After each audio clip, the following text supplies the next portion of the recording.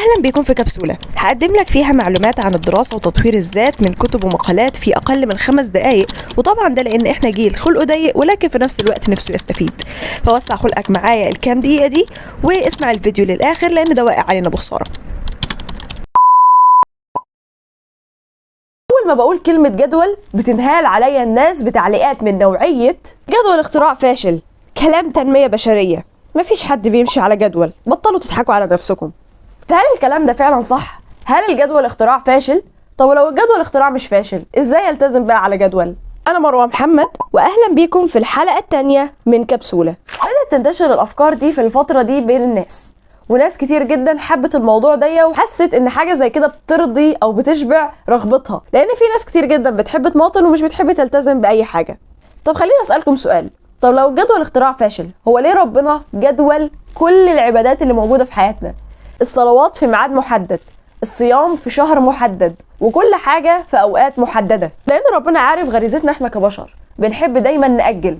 يعني لو صلاة العصر مثلا ما كانتش في وقتها المحدد، كلنا ما كناش هنصلي صلاة العصر أصلا، علشان ما فيش وقت بيلزمنا ان احنا نصليها في وقت محدد، أو كنا هنكوم كل صلواتنا في آخر اليوم. ولكن برضو كدبت نفسي وقلت ان انا اعمل تجربة وهقعد اسبوع بدون جدول واسبوع تاني بجدول، ودي كانت النتائج.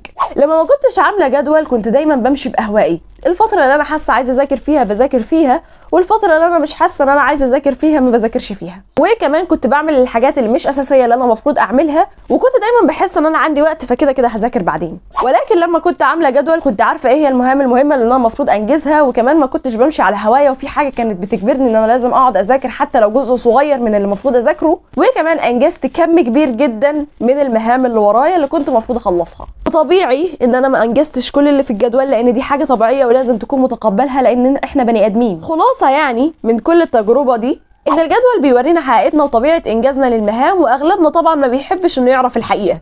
احساس انك بتنجز اكتر بدون جدول ده احساس وهمي ومش حقيقي، انك بالطبيعي اصلا بتنجز بالشكل ده، ولكن الجدول ما بيعملش حاجة غير ان هو بيفوقك وبيقولك انك حضرتك ما بتنجزش حاجة اصلا. علشان تلتزم وتخلص اغلب اللي وراك وما تمشيش ورا اهوائك يبقى لازم تعمل جدول. تمام، عرفنا اهمية الجدول، ازاي بقى نلتزم بالجدول؟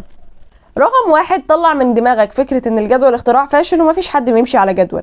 الناس الملتزمة واللي بتخلص كل اللي وراها بتكون اصلا ماشية على جدول.